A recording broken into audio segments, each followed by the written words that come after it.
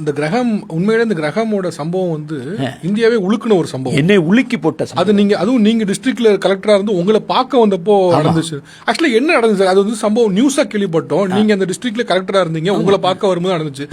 அவர் அந்த அதை ஒட்டி நம்ம தமிழ்நாட்டில இருந்தெல்லாம் வந்து பத்திரிகையாளர்லாம் வந்தாங்க. இதெல்லாம் விகடன் இதெல்லாம் கூட இதெல்லாம் என்னுடைய இதெல்லாம் நேர்காணல் வந்தது. என்ன நடந்துச்சு இது?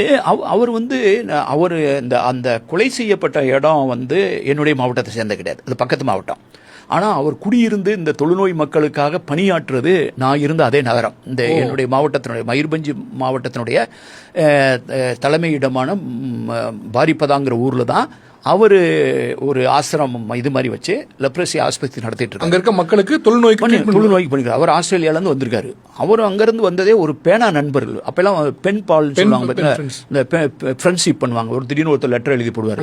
இங்கிருந்து ஒரு ஆள் லெட்டர் எழுதி போட்டு அவரை வந்து லெட்டர் இந்த பெண் ஃப்ரெண்டை பார்க்க வந்தவர் இங்கே பார்த்து லெப்ரசியை பார்த்து இங்கே தங்கிட்டார். ஃபேமிலி அவர் வாழ்க்கையே. அப்புறம் அதுக்கு பின்னால் கல்யாணம் ஆகி அவர் வந்து இங்கே இந்த சொல்லி நான் திடீர்னு போவேன், வண்டியில் போகும்போது பார்த்துக்கோ ஒரு நாள் காரில் கவர்மெண்ட் கலெக்டராக போயிட்டு இருக்கேன். திடீர்னு இவர் வந்து ரோட்ல நின்றுட்டு இருந்தார், மெயின் ரோட்ல. ஒரு டயர் கடைகிட்ட நின்றுக்கிட்டு என்னமோ டயர்கிட்ட இருக்காருன்னா ஒருவேளை அவர் வண்டி கிண்டி பஞ்சர் ஆயிடுச்சோ, இவர் ரொம்ப நல்ல மனுஷனாச்சுன்னு என் காரை நிறுத்த சொல்லி உடனே நான் போய் இறங்கி என்ன விஷயம்னு கேட்குறேன். அவர் வந்து இந்த டயர் கடைக்காரங்கிட்ட டயர்கிட்ட வாங்கிட்டு இருக்காரு, பழைய டயர். அந்த டயர் கடைக்காரர் இவருக்கு இலவசமாக கொடுத்துருவாராம். ஒரு 3 மாதம் 4 மாதத்துக்கு ஒரு வந்து டயரை வாங்கிட்டு வந்து அவர் இலவசமாக அவருடைய பணி. இவர் போய் அந்த கையிலேயே இந்த தொழுநோய் வந்தவங்களுக்கு காலுக்கு சிலருக்கு வந்து விரலே இருக்காது, பாதி காலு காணாமல் போயிருக்கும். அப்போ அவங்களுடைய காலுக்கு அளவுக்கு ஏற்ற மாதிரி நீங்கள் கடையில் போய் ஸ்லிப்பர் வாங்க முடியாது, அப்படி ஸ்லிப்பர் செய்கிறாரு. இவர் வந்து அதை பேப்பரில் பேனாவில் வரைஞ்சி அந்த ஆளுடைய காலுக்கு ஏற்ற மாதிரி அந்த அளவில் இந்த டயரை வெட்டி இவர் செருப்பு செய்வாருங்க. அதனால் அது ஆஸ்திரேலியாவில் வந்து ஒரு மனுஷன் வந்து இப்படி வேலை பார்த்துக்கிட்டு இருக்காரு அப்படின்னு தோணும். அவன் ஒரு தடவை ஒரு பெரிய ஆக்சிடென்ட் நடந்துருச்சு. அப்படி ஒரு ராஜஸ்தான்லேருந்து வந்தவங்க ஒரு பெரிய ஆக்சிடென்ட் ஆகி நிறைய பேர், கொஞ்சம் பேர் செத்து போயிட்டாங்க, நிறைய பேர் காயம். நம்ம தான் அப்போ தான் சாப்பிட உட்காந்துருந்தேன் வீட்டில். உடனே ஆக்சிடென்ட்டுன்னு கேள்விப்படவும் சாப்பாடு அப்படியே பாதையில் போட்டு நான் கார் எடுத்து ஓடினேன், கலெக்டராக இருந்தேன். அப்போ போய் பார்க்குறேன், ராஜஸ்தானில் வந்தவங்களாம் ரோட்டில் செதறி கிடக்குறாங்க. நான் என்னடா பண்ணுன்னு சொல்லிட்டு எல்லாம் போலீஸ் கிலீஸான்னு சொல்லி ஆம்புலன்ஸை வர சொல்லனா, கவர்மெண்ட் ஆம்புலன்ஸ் வரல. என்னடா ஆம்புலன்ஸுக்கு டிரைவர் காணாமல் தேடி இருந்தாங்க. உடனே எனக்கு இவர் நம்பருக்கும் உடனே தகவல் சொல்லுங்கடா, அவர் வர சொல்லுங்கிறேன்.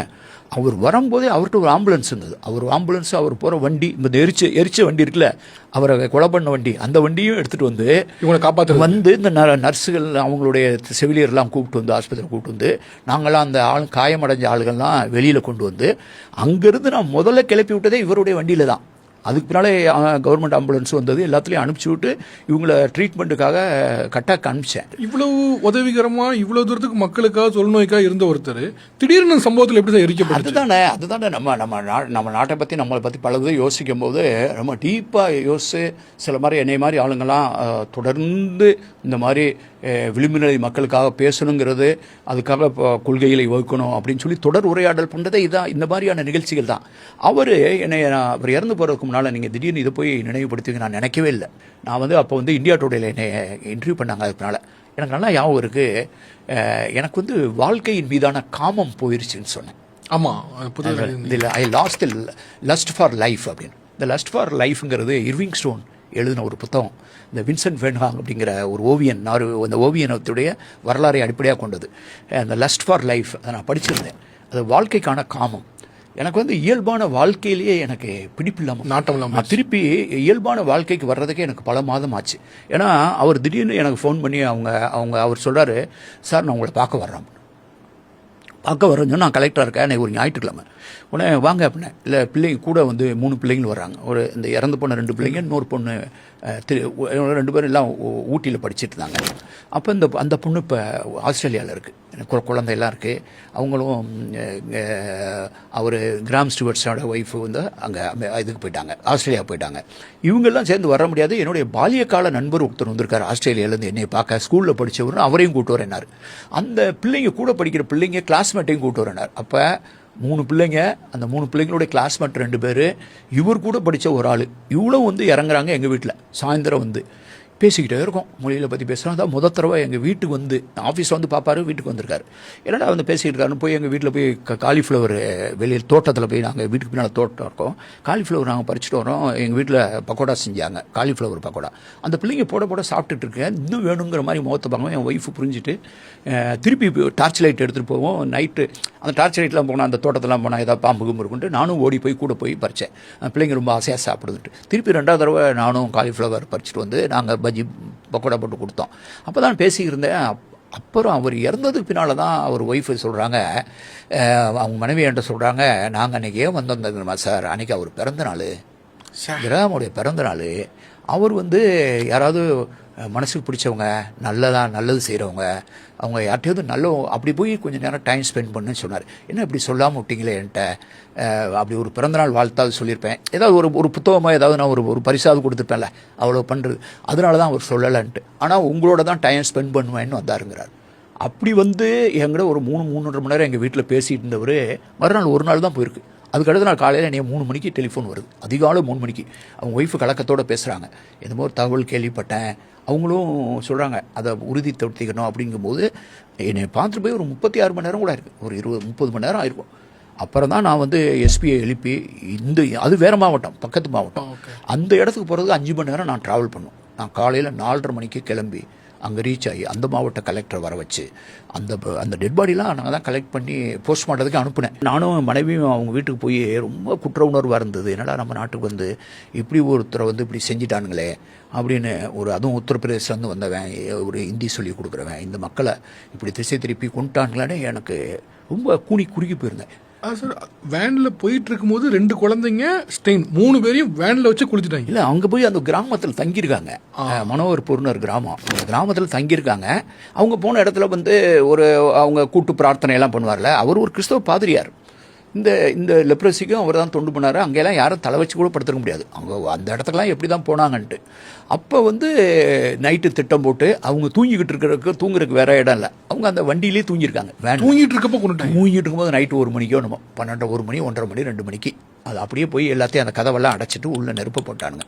நான் போய் நான் போகும்போதுலாம் அந்த டெட் பாடிலாம் நான் கையில் பார்க்கும்போது என் மைண்ட்லேயே இந்த பையன் தான் அந்த பெரிய பையனா, இந்த பையன் தான் சின்ன பையனா, அவர் பெரிய பாடி பார்த்தோன்னு தெரியுது அவருன்னு, இந்த பையனை அந்த பையனை அந்த மண்டவோடு நீல அளவு வச்சு நானாக ஒரு முடிவு கெஸ் பண்ணுறேன். அப்புறம் அதெல்லாம் எடுத்து அதுக்கு ஒரு சின்ன காஃபின் ஒரு தற்காலிகமாக சவப்பெட்டிலாம் தயாரித்து ரொம்ப நாள் நானும் என் மனைவியும் போய் அவங்க வீட்டில் போய் கண்ணெல்லாம் கலங்கி நான் ஒரு மாவட்ட கலெக்டராக இருக்கேன், ஆனால் மனுஷன் தானே, ஆனால் எனக்கு பெரிய இந்த நாட்டில் நம்ம நாட்டில் இப்படி நடந்துருச்சு அப்படின்னு சொல்லிட்டு எனக்கு அழுகையாக வருது. அவங்க வந்து எங்களுக்கு ஆறுதல் சொல்கிறாங்க, எங்களை வருத்தப்படாதீங்க, நான் அவங்கள மன்னிச்சிட்டேன்னு சொன்னாங்க. எனக்கு அதான் சொல்லுவோம், மன்னிச்சிட்டேன்னு என்கிட்ட சொன்னாங்க, என்கிட்ட தான் சொன்னாங்க, நான் அவங்கள மன்னிச்சிட்டேன், நீங்கள் அழுகாதீங்கிற.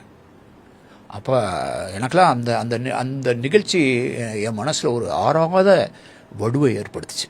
அதை நான் இன்னைக்கு சுமந்துட்டு தான் இருக்கேன். அந்த ஒவ்வொரு ஜனவரி மாதம் அந்த நாள் வரும்போது நான் முகநூலில் பதிவு போடுவேன். அண்மையில் கூட அவர் மனைவி இப்போ திருப்பி அங்கே ஆஸ்பத்திரி திறந்து வைக்கிறதுக்கு என்ன தான் கூப்பிட்டாங்க. தொடர்பில் இருக்கேன். பட் எனக்கு உண்மையில எனக்கு அந்த செய்தி இதை பேசுவீங்கன்னு நினைக்கவே இல்லை. எனக்கு இன்னைக்கு இந்த இன்டர்வியூக்காக பார்க்கும்போது சார், தமிழ் நெடுஞ்சாலை புத்தகத்தை இன்னொரு வாசிப்புன்னு வாசிக்கும் போது எனக்கு இந்த சம்பவம் திருப்பி பட்டுச்சு. உண்மையிலே எனக்கு இன்னைக்கு வாசிக்கும் போது எனக்கும் இன்னைக்கு நெஞ்சு ஒரு மாதிரி. இன்னைக்கு கூட என்னை பார்க்க வந்தார், இந்த லைப்ரரியில் ஒருத்தர் பார்க்க வந்து அவர் எழுதின புத்தகத்தை, ஆங்கில புத்தகத்தை காட்டுறாரு. அதில் வந்து ரெயின் ஃபாரஸ்ட் ப்ளூரலிசம் நீங்கள் சொல்லியிருக்கீங்க சார், இந்த நாட்டுடைய பன்மியத்தை வந்து மலைக்காட்டு பன்மியம் அப்படின்னு சொல்லியிருக்கீங்க. அந்த மலைக்காட்டு பன்மியம்ங்கிற அந்த உருவகம் எனக்கு ரொம்ப பிடிச்சதுனால உங்கள் படத்தை போட்டு இந்த மலைக்காட்டெல்லாம் போட்டு இப்போ இந்த புத்தகத்தை கொண்டு வந்து இப்போ தான் கொடுத்துருப்பாரு. இப்போ நீங்கள் வந்து வெயிட் பண்ணிட்டு இருக்கும்போது தான் உங்கள் கண்ணதெல்லாம் கொடுத்துட்டு போகிறாரு, அதை என்கிட்ட திறந்து காமிக்கிறாரு. இப்போ இந்த மலைக்காட்டு பன்மியம்ங்கிறதே என் மனசுக்குள்ளே எப்படி வந்தது? இன்னைக்கு வரைக்கும் திருப்பி நீங்கள் சொன்னதுலேயே, நீங்கள் உங்களுடைய உருவகத்திலேயே, நீங்கள் பேசுகிற பண்பாட்டு அரசியலே மிக முக்கியமானது, இந்த நாட்டை வந்து நீங்கள் வந்து ஒரு உருக்குப்பானை இல்லை, அது ஒரு மெல்டிங் பாட் இல்லை, அது அமெரிக்காவில் சொல்கிற மாதிரி ஒரு சாலட் கிண்ணம் இல்லை, இது ஒரு மலைக்காட்டு பன்மியம். நீங்கள் தொடர்ந்து பேசிகிட்டே வரீங்க. இந்த மலைக்காட்டு பன்மியம்லாம் என் மனசுக்குள்ளே ஊர்னதே இந்த நிகழ்ச்சிகள் தான்.